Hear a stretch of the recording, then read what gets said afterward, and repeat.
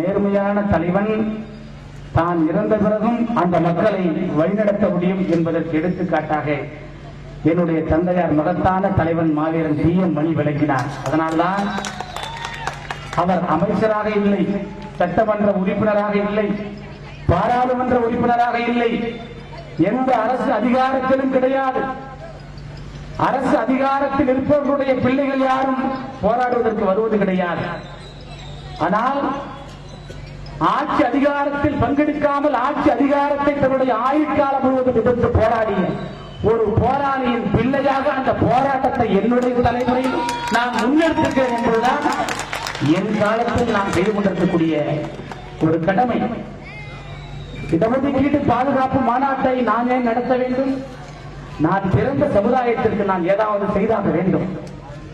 புரட்சியாளர் அம்பேத்கர் தான் பிறந்த சமுதாயத்திற்கு ஏதாவது செய்தாக வேண்டும் என்று நினைத்தார். அதனால் காந்தியும் காங்கிரசும் இந்திய தேசமும் ஓடவே நின்ற பொழுது அந்த பெரும் கூட்டத்திற்கு எதிராக தன்னந்தனியாக நின்று கொண்டு கல்வி வேலை வாய்ப்பில் அரசியல் பிரதிநிதித்தில் இடஒதுக்கீட்டை பெற்றுக் கொடுத்தார் புரட்சியாளர் அம்பேத்கர். ஏறத்தாழ 90 ஆண்டுகளுக்கு முன்பு அவர் தன்னந்தனியாக நின்று எப்படி இடஒதுக்கீட்டை காந்திக்கு எதிராகவும் காங்கிரசுக்கு எதிராகவும் துறைகளுக்கு எதிராகவும் நின்று போராடி பெற்றுக் கொடுத்தாரோ அதே காலம் 90 ஆண்டுகளுக்கு பிறகு அவர் பெற்றுக் கொடுத்த இடஒதுக்கீட்டை சுக்கு நூறாக்குவதற்கு துண்டு துண்டாக சிதைப்பதற்கு இந்த மண்ணின் ஆளுமக்கும் அத்தனையும் கூட்டு சேர்ந்து கொண்டிருக்கிறது. அந்த கூட்டத்திற்கு எதிராக இந்த புரட்சி மணி ஒற்றையாக நின்று கொண்டு கொண்டோம் கடைகளை விழுகிறேன். மனுஸ்மிருதி ஒதுக்கப்பட்டது போல இடஒதுக்கீட்டை முற்று முழுதாக சிதைப்பதற்கு நீங்கள் உருவாக்கி இருக்கக்கூடிய உள்ஒதுக்கீட்டு சட்டத்தை நாங்கள் இந்த மண்ணில் எழுப்பதற்கு தயாராக இருக்கிறோம். நாங்கள் யார் உங்களுக்கு அதிகாரம் கொடுத்தது? எங்களை பிரித்து எங்களுக்கு தனித்தனியாக இடஒதுக்கீடு கொடு என்று நாங்கள் யார் கோரிக்கை வைத்தார்? இந்த கருணாநிதியிடம் எவ்வளவு கோரிக்கை வைத்தோம்? தமிழகத்தில் 6 முறை திமுக ஆட்சி செய்திருக்கிறது. 6 முறை எத்தனை பேர் உயிர் விட்டிருக்கிறோம்? எத்தனை பேர் இந்த அரசால் சுட்டுக் கொல்லப்பட்டிருக்கிறார்கள்? எங்களுக்கு நிலம் வேண்டும் என்று போராடினோம், பஞ்சம் நிலம் வேண்டும் என்று போராடினோம். காரணையில் சுட்டுக் கொண்டார்கள். ஜான் தாமஸ் 7 முறை சுட்டுக் கொல்லப்பட்டார்கள். சமூக உரிமைகளுக்காக போராடினோம், கூலி உயர்வுக்காக போராடினோம். திமுக ஆட்சியில் தான் 44 பேர் வெண்மணியில் படுகொலை செய்யப்பட்டார்கள். ஒரே வீட்டில் பூட்டி வைத்து கொளுத்தப்பட்டார்கள். ஹிட்லரின் ஆட்சி நடக்கவில்லை, முசோலினியின் ஆட்சி நடக்கவில்லை, இடுவமின் ஆட்சி நடக்கவில்லை. அது அண்ணாதுரையின் ஆட்சியில் நடந்தது. அவ்வளவு பெரிய கொடூரம். யார் கேட்டார்? பாதிக்கப்பட்டவர்களுக்காக இந்த அரசு ஒரு மேல்முறையீடு செய்திருக்குமா? குற்றவாளிகளுக்கு தண்டனை வழங்கி இருக்குமா? குற்றவாளிகளை எல்லாம் விடுவித்தார்கள். 1967 அதிலிருந்து 50 ஆண்டுகள் கழித்து மேலவரவு நடக்கிறது. ஒரு ஊராட்சி தேர்தலில் புரட்சியாளர் அம்பேத்கர் பெற்றுக் கொடுத்த இடஒதுக்கீட்டு அடிப்படையில் மேலவரவு முருகேசன் போட்டியிடுகிறார், வெற்றி பெறுகிறார். திமுகவை சேர்ந்த மேலவரவு முருகேசன் வெட்டி படுகொலை செய்யப்படுகிறார். வெட்டி படுகொலை செய்தவனை அந்த கேடுகட்ட திமுக அரசே விடுவிக்கிறது. எவ்வளவு பெரிய அயோக்கியத்தனம்! தன் கட்சிக்காரன் ரிசர்வ் தொகுதி நின்று தன்னை நம்பி வெற்றி பெற்றான்.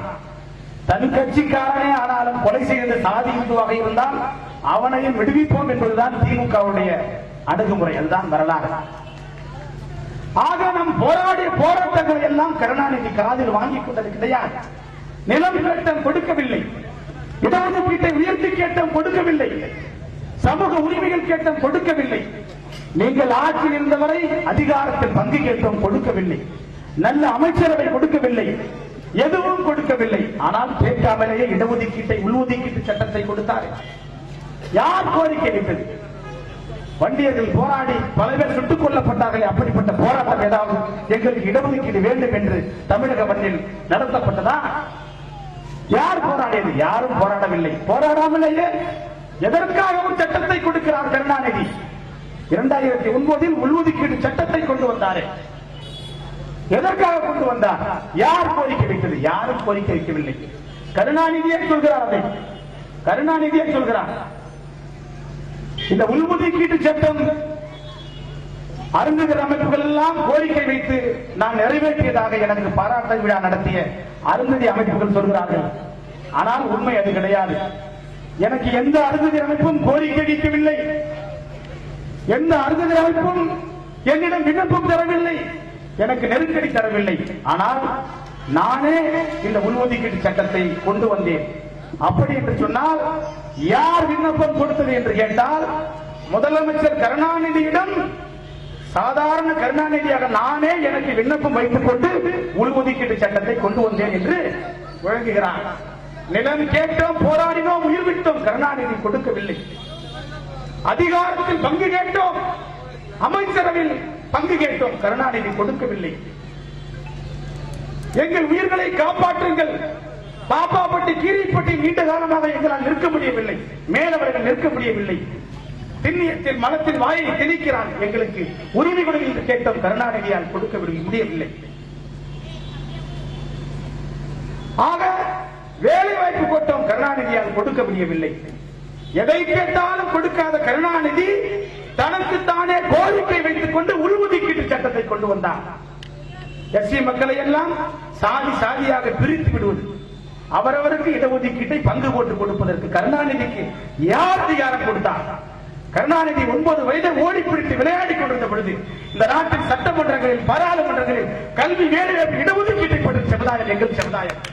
கருணாநிதிக்கு 9 வயது கூட கிடையாது, ஓட்டு போட்டது கிடையாது, அண்ணாதுரை ஓட்டு போட்டது கிடையாது, கருணாநிதி ஓட்டு போட்டது கிடையாது, அவர்கள் திமுக என்ற கட்சியை ஆரம்பித்தது கிடையாது. இவற்றையெல்லாம் 49 ஆரம்பித்தார்கள். ஆனால் 1932 பூனா ஒப்பந்தத்தின்படி 2வது வட்டமேசை மாநாட்டின் மூலமாக கல்வியின் வேலைவாய்ப்பில் அதிகாரத்தில் மக்கள் தொகை விகிதாச்சாரத்திற்கு ஏற்ப இடஒதுக்கீட்டை பெற்ற சமுதாயம் சேரி சமுதாயம். ஓபிசி மக்களுக்கு யார் இடஒதுக்கீடு கொடுத்தது? மண்டல் கமிஷன் வந்த பிறகுதான் ஓபிசி மக்களுக்கு இடஒதுக்கீடு கொடுத்தது. 1990கள் யார் கொடுத்தது? மத்திய அரசு ஓபிசிக்கு கொடுத்தது. இடபிள்யூஎஸ் முன்னேறி சாதி இடஒதுக்கீடு யார் கொடுத்தது? பாஜக அரசு கொடுத்தது. மத்திய அரசு ஓபிசிகளுக்கு இடஒதுக்கீடு கொடுத்தது. மத்திய அரசு முன்னேறி சாதிகளுக்கு இடஒதுக்கீடு கொடுத்தது. ஆனால் எஸ்சி மக்களுக்கு இடஒதுக்கீடு கொடுத்தது யார்? நாட்டின் காங்கிரஸ் எங்களுக்கு கொடுத்ததா? பாரதிய ஜனதா கட்சி கொடுத்ததா? திமுகவும் அதிமுகவும் கிடைத்ததா? நீங்கள் எல்லாம் கட்சி ஆரம்பிப்பதற்கு முன்பாகவே, உங்கள் தலைவர்களுக்கு எல்லாம் விவரம் தெரிவதற்கு முன்பாகவே நாங்கள் எல்லாம் ஆங்கிலேயர்களிடம் அதிகாரத்தை நாங்கள் பெற்றுக் கொடுத்தோம். அப்படியெல்லாம் சின்னஞ்சிறு பாலகர்கள், சின்னஞ்சிறு சிறுவர்களாக உங்களிடம் எந்த அரசியல் கோட்பாடும் கிடையாது, கொள்கையும் கிடையாது, லட்சியமும் கிடையாது. நீங்கள் எல்லாம் விடலை பசங்களாக விளையாடி கொண்டிருந்த பொழுது நாங்கள் எங்கள் அதிகாரத்தை பெற்றுக் கொண்டோம். அதில் கைவிப்பதற்கு உங்களுக்கு யார் அதிகாரத்தை கொடுத்தது? 5 முறை தமிழகத்தை கருணாநிதி ஆட்சி செய்தாரே, 18% இடஒதுக்கீடு கொடுக்கப்பட்டிருக்கிறது. உங்கள் காலகட்டத்தில் ஏதோ ஒரு காலகட்டத்தில் 18% இடஒதுக்கீடு நிரப்பப்பட்டிருக்குமா? ஒரே ஒரு காலகட்டத்தில் 18% இடஒதுக்கீடு நிரப்பப்பட்டிருந்தால் பறையர்களுக்கு எவ்வளவு ஆதாயம் அடைத்திருப்பார்கள்? பல்லர்கள் எத்தனை பேருக்கு வாய்ப்பு கிடைத்திருக்கும்? அருந்ததியருக்கு எத்தனை பேருக்கு வாய்ப்பு கிடைத்திருக்கும்? இன்ன பிற பட்டியல் சாதிகளுக்கு எவ்வளவு வாய்ப்பு கிடைத்திருக்கும் என்று நாம் அறிந்திருக்கலாம். ஆனால் இடஒதுக்கீட்டை இவர்கள் நிரப்பவே கிடையாது. 18% இடஒதுக்கீட்டை இவர்கள் நிரப்பியதே கிடையாது. 1971 எஸ்சி மக்களுக்கு 16% இடஒதுக்கீடு, பிசி மக்களுக்கு 25% இடஒதுக்கீடு தான் இருந்தது. 25% இடஒதுக்கீடு பெற்ற பிசி மக்கள் இன்று 50% அனுபவித்துக் கொண்டிருக்கிறார்கள். ஆனால் 16% இடஒதுக்கீட்டை பெற்ற எஸ்சி மக்களுக்கு 2% தான் கொடுத்திருக்கிறார்கள். எவ்வளவு பெரிய அநீதி! பெரியாரின் பெயரை சொல்லிக்கொண்டு, திராவிடத்தின் பெயரை சொல்லிக்கொண்டு கள்ளக்குழந்தையாக கருணாநிதி எவ்வளவு பெரிய அநீதிகளை சேரி மக்களுக்கு செய்திருக்கிறார். 25% பிசி இடஒதுக்கீட்டை 50% நாங்கள் உயர்த்திருக்கிறீர்களே. 16% இடஒதுக்கீட்டை நீங்கள் குறைந்தபட்சம் 22% உயர்த்திருக்க வேண்டும் அல்லவா? 1971 உயர்த்தப்பட்ட மக்கள் தொகை 50 ஆண்டுகளை கடந்துவிட்டது. இடஒதுக்கீடு நமக்கு உயர்த்தி தரப்படவே இல்லை. இவர்களை யார் கேள்வி கேட்க வேண்டும்? இந்த அம்பேத்கரின் பெயராக சொல்லிக் கொண்டிருப்பவர்கள், பெரியாரின் பெயரை சொல்லிக் கொண்டிருப்பவர்கள், மார்க்சின் பெயரை சொல்லிக் கொண்டிருக்கக்கூடிய இந்த கயவர்கள் எல்லாம் கருணாநிதியை பார்த்து, திராவிட கட்சிகளை பார்த்து என்றைக்காவது 18% இடஒதுக்கீட்டை முழுமையாக நிரப்புங்கள், உயர்த்திக் கொடுங்கள் என்று தங்கள் காலகட்டத்தில் ஒரே ஒரு நேரம் அதை கேட்டிருப்பார்களா? Marxist சொல்கிறார்களே, Marxist